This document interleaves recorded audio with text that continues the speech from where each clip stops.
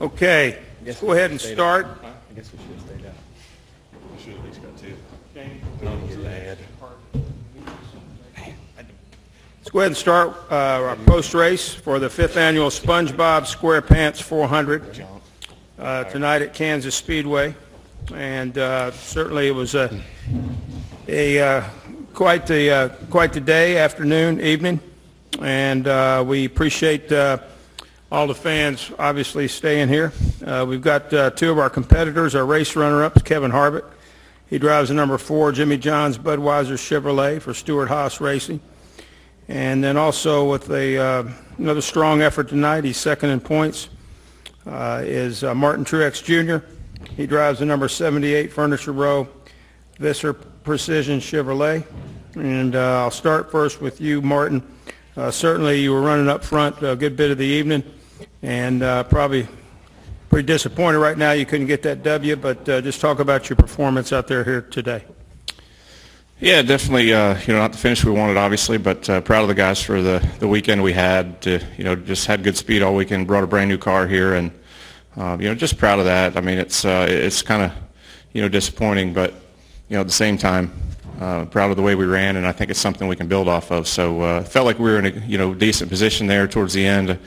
Really hate when it comes down to fuel miles. It seems like I'm always on the wrong end of that deal, but really wishing we could have raced Kevin for it there. I know we were both saving gas, and then it seemed like about 10 to go, we were both going to hammer down. It would have been fun to see if we could have had anything for him. But all in all, hard to be disappointed with how we ran, just disappointed in the outcome and the finish. But, again, the guys have really done a great job, and this is something we can, moving forward, build on, and hopefully we'll be in position to win some races this year.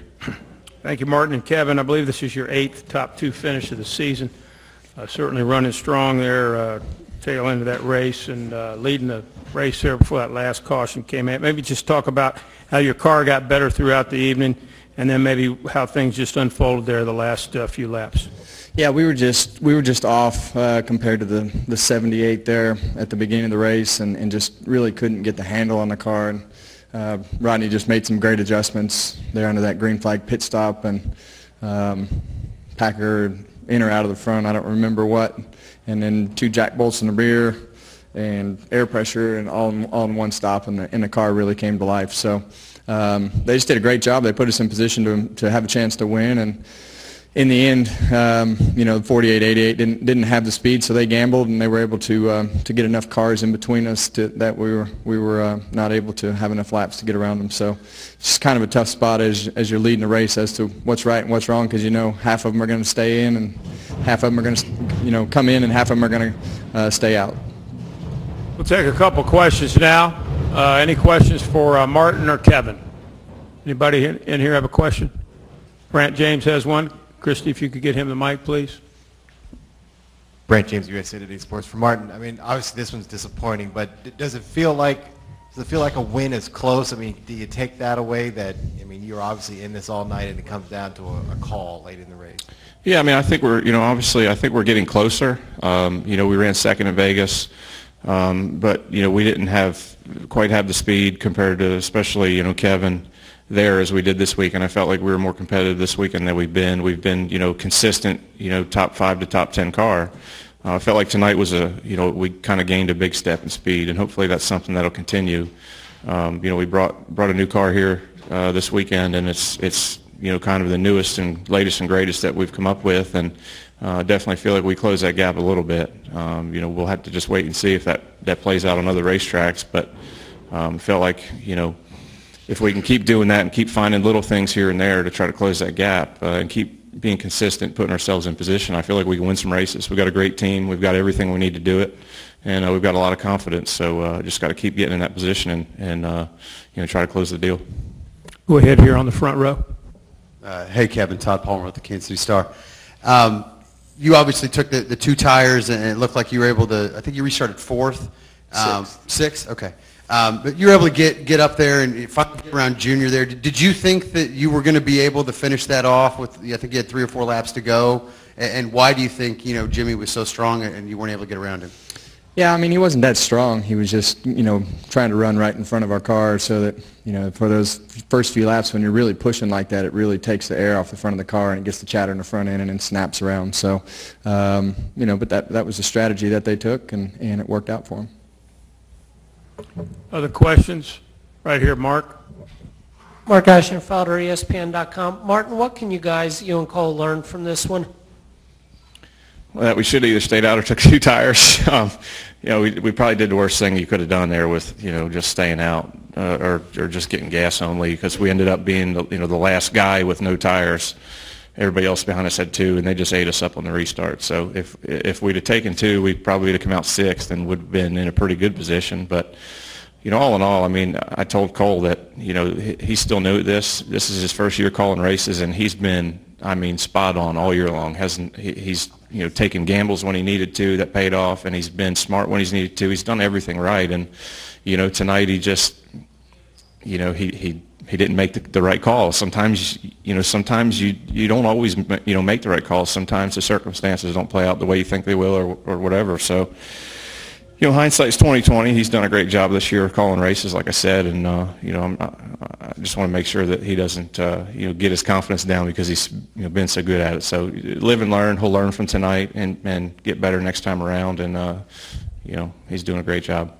Go ahead, back front row. Kevin, I wanted you and Jimmy had alternated, the last 6 race wins on mile and a half. So it was supposed to be your turn. Can you just speak? Are you mad that Jimmy broke the pattern on you? And why have you two been the cars to beat so consistently on those mile and a halves, really since the fall race in Kansas last year? Yeah, I'm not going to be mad. I've been on the other side of this deal where the cars aren't running good and you don't have a chance to win. It's we won a championship on pit calls and tires, and everything fell our way. So we've had a lot of things go our way, and we've had a lot of things work out, and running up front and having a chance to win is it's almost harder to win the races when you're leading races, because you got guys that are a little off pace, like the first 4 war that stayed out, hoping that they could get a good restart and get the clean air, and their car would hold on just long enough to get the win. So it's no frustration, just keep going at it. Go back in the back. Get him the mic, please. And I believe they said tonight, Kevin, you've already led 1,000 laps this season. I don't think anybody's done that this quick since like 95 or something like that. So. Yeah, it's hard to complain about that. Kevin, Scott Trailer, Racing Boys. The track widened out real quick. Right at the beginning, we saw Kyle jump up there within like 10 laps. And right after the rain, everybody jumped right up there. Could you talk about the track and how it widened out and how it kept the rubber up there at the top? And how easy it was to get up there so soon in the race. Yeah, the groove definitely spread out, and the hard part about that is when it does become the final groove, it'll become really hard to pass. But it definitely widened out right now. The cars were really edgy to drive. I'm glad to get Sunday off this week to rest up, because my shoulders are wore out from driving loose all night. Any other questions for Kevin or Martin? One more question here, and we'll finish up right here. Hey, Martin, Todd Palmer with Kansas City Star. Do you feel a little snake bit this track? You've run pretty well here, and it just yes. It seems, yeah. Can you just talk? Why do you have that? Is this just an unlucky track for you? Yes and no. It depends. It's been a good track because we've run well. I finished second here when I didn't have a second place car. I finished second here when I had the best car. Tonight I had probably one of the 3 best cars and finished 9th. So it's just, it comes down to the end of these things, and anything can happen. Everybody kept asking me in the rain delay, well, how much pressure are you putting on yourself to win and all this? I'm like, listen, this is a long race. A lot can happen. And perfect example, the caution comes out when it shouldn't. And, we get put in a situation where we have to pit for some gas. And some guys stay out. So you never know in these races. There's so many guys that are competitive. There's so many guys that are on different plans, on different strategies. I can say I've never really been the luckiest guy in racing, but at the same time, I really like racing here, and I enjoy the racetrack, and it's fun to be competitive. Kevin and Martin, thank you for putting on a great show here tonight. We'll see you guys at Charlotte.